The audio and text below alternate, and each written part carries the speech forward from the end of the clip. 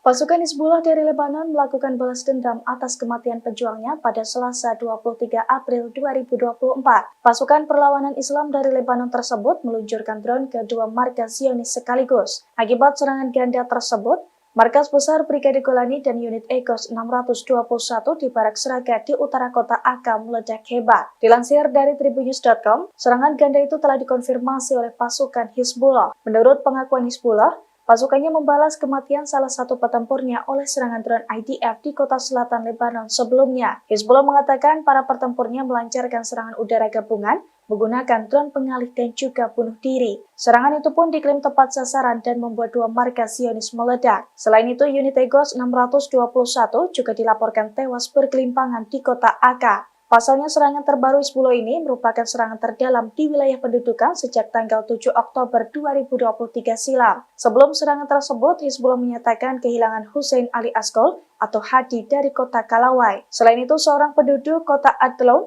di Lebanon Selatan juga dilaporkan tewas dalam serangan Israel tersebut.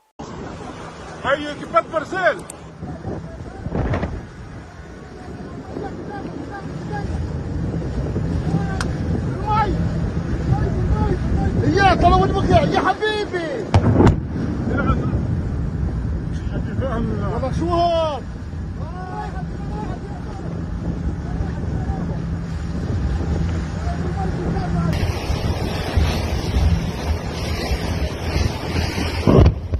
واو لو إذا إحنا تسمع أيام عشان الزيوتين الزتلين طريق من هناك هاي واو تروت تعبان